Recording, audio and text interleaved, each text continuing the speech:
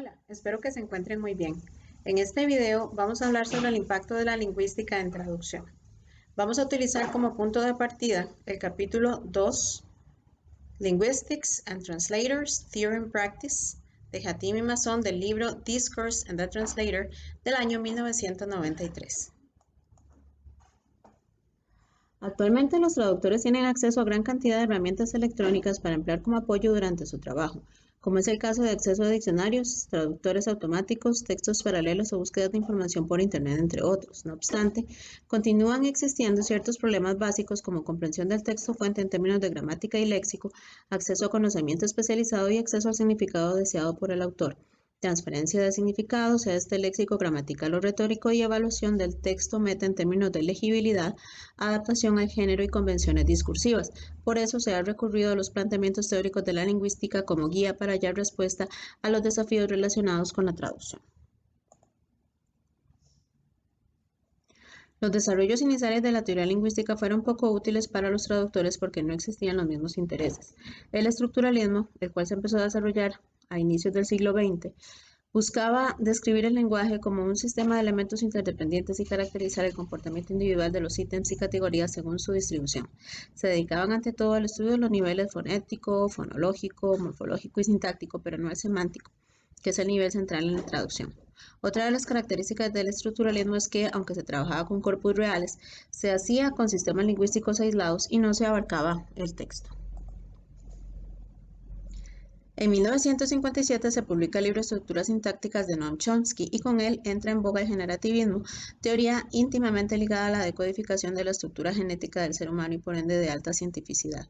En esta, el lenguaje se considera como un dispositivo biológicamente heredado por medio del ADN que se compone por un número finito de reglas que genera un número infinito de oraciones correctas y permite reconocer las que son gramaticalmente incorrectas.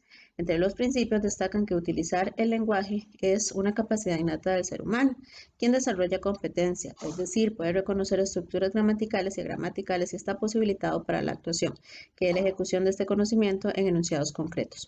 Otro principio es la conceptualización del lenguaje como conformado por una estructura profunda, que es una estructura primitiva e internalizada, a la cual pueden aplicarse transformaciones, y una estructura superficial es la que llega a manifestarse, la forma que presenta un enunciado concreto y se relaciona con la actuación. En este marco, las reglas gramaticales son las que permiten predecir los hechos lingüísticos. Estos presupuestos fueron retomados por Nida en 1964, quien considera que para traducir hay que encontrar la estructura profunda de la lengua fuente o lengua de origen, transferir esa estructura profunda a la lengua meta y encontrar la expresión equivalente en la lengua meta para la estructura superficial. Sin embargo, el objetivo real de la gramática generativa es dar cuenta de la estructura profunda, y esto se aleja del estudio del lenguaje como herramienta comunicativa, rasgo indispensable para traducir. De la lingüística viene la oposición universalismo frente al relativismo.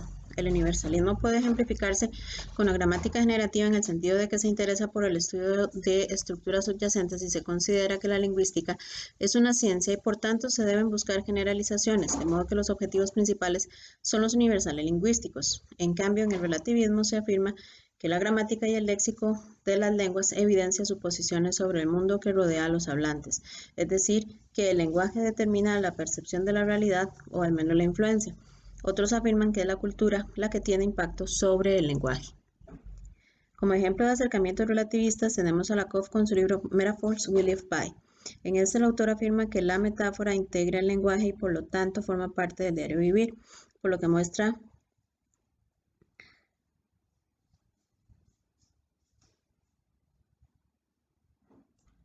organizaciones del mundo. Entre los muchos ejemplos que da se encuentra la organización del tiempo en inglés, idioma en el cual el tiempo es dinero y por tanto se gasta, desperdicia, invierte, ahorra, entre otros.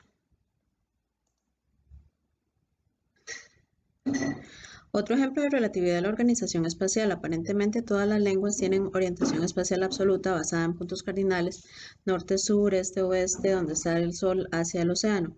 Muchas lenguas, pero no todas, tienen orientación espacial relativa, delante, detrás, a la derecha, a la izquierda. El punto de referencia es el hablante, el interlocutor o algún objeto que esté cerca. Si la lengua no tiene orientación relativa, todas las locaciones se expresan en forma absoluta.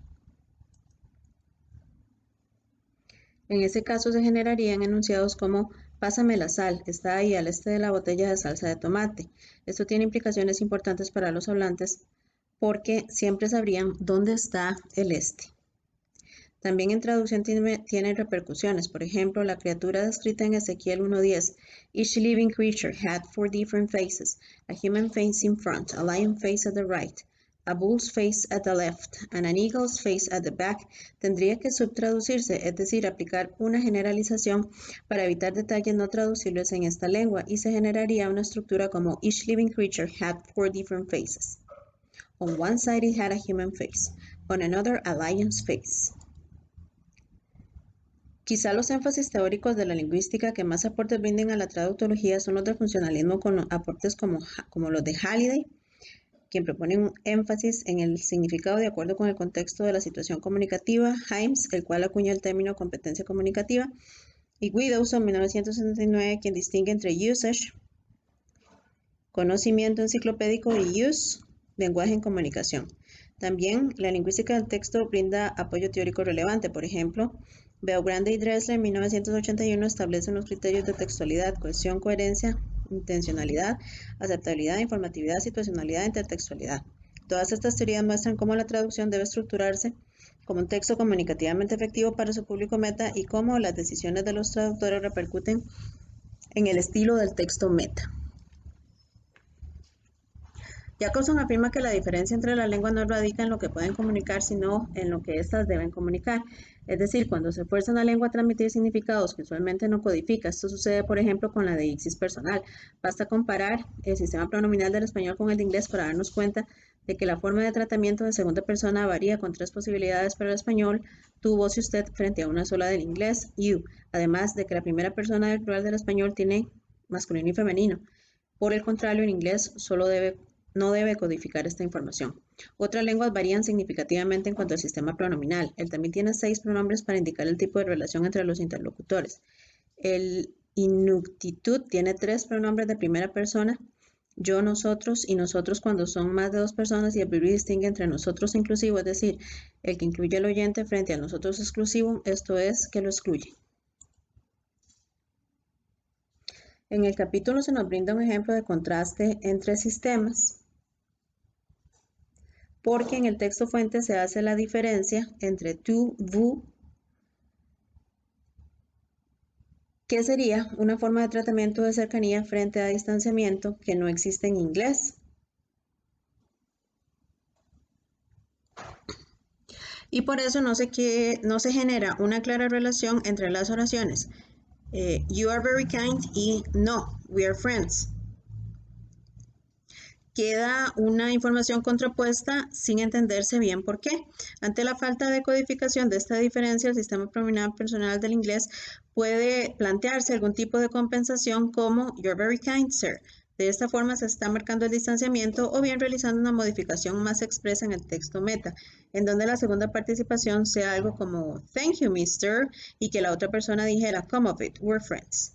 Por lo tanto, sí, como Sapir y Wolf afirman que la lengua estructura como pensamos, tener acceso a otras lenguas amplía nuestra visión del mundo. Muchas gracias a todos y todas por su atención y nos vemos en el próximo video. Hasta luego.